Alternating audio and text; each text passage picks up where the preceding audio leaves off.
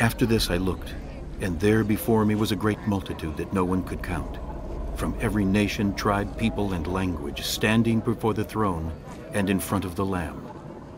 They were wearing white robes, and were holding palm branches in their hands, and they cried out in a loud voice, "Salvation belongs to our God, who sits on the throne, and to the Lamb." All the angels were standing around the throne, and around the elders and the 4 living creatures. They fell down on their faces before the throne, and worshipped God, saying, Amen. Praise and glory and wisdom and thanks and honor and power and strength be to our God, forever and ever. Amen. Then one of the elders asked me, "These in white robes, who are they and where did they come from?" I answered, "Sir, you know." And he said, "These are they who have come out of the great tribulation. They have washed their robes and made them white in the blood of the Lamb. Therefore, they are before the throne of God, and serve him day and night in his temple. And he who sits on the throne will spread his tent over them. Never again will they hunger, never again will they thirst. The sun will not beat upon them, nor any scorching heat. For the Lamb at the center of the throne will be their shepherd. He will lead them to springs of living water, and God will wipe away every tear from their eyes."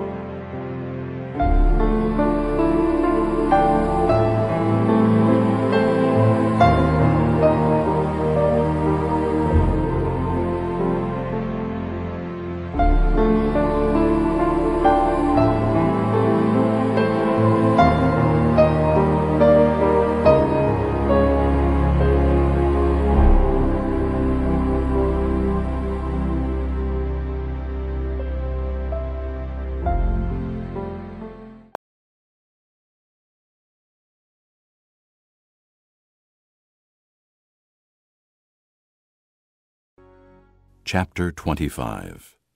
At that time the kingdom of heaven will be like 10 virgins who took their lamps and went out to meet the bridegroom.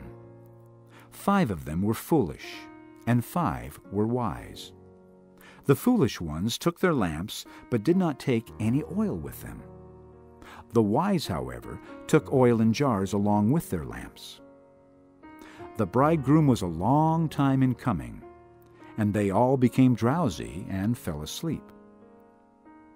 At midnight the cry rang out, "Here's the bridegroom, come out to meet him." Then all the virgins woke up and trimmed their lamps. The foolish ones said to the wise, "Give us some of your oil, our lamps are going out." "No," they replied, "there may not be enough for both us and you. Instead, go to those who sell oil and buy some for yourselves." But while they were on their way to buy the oil, the bridegroom arrived. The virgins who were ready went in with him to the wedding banquet, and the door was shut. Later the others also came. "Sir, sir," they said, "open the door for us." But he replied, "I tell you the truth, I don't know you. Therefore, keep watch, because you do not know the day or the hour."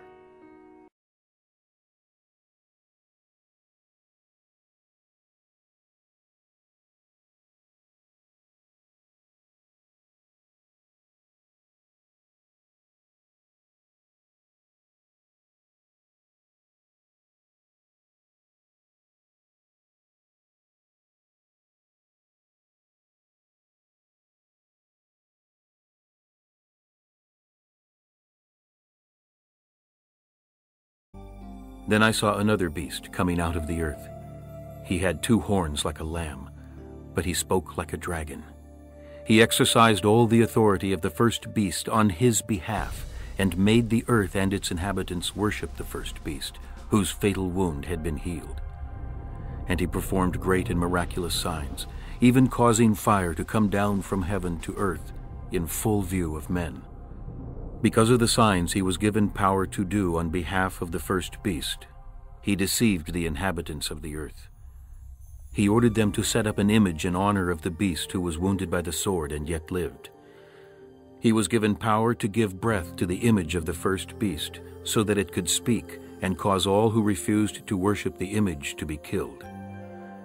He also forced everyone, small and great, rich and poor, free and slave, to receive a mark on his right hand or on his forehead, so that no one could buy or sell unless he had the mark, which is the name of the beast, or the number of his name.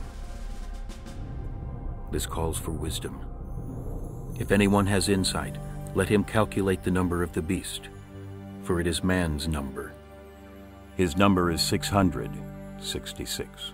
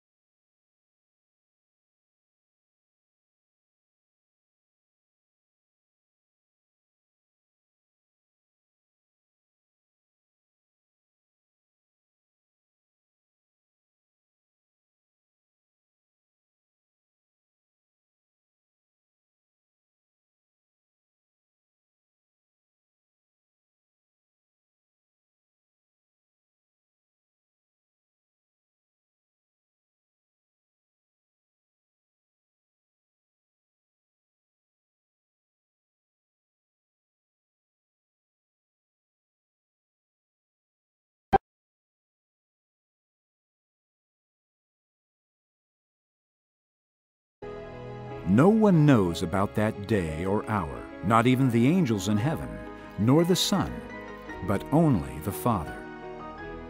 As it was in the days of Noah, so it will be at the coming of the Son of Man.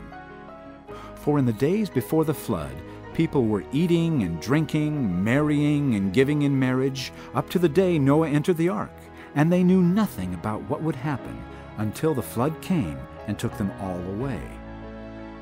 That is how it will be at the coming of the Son of Man.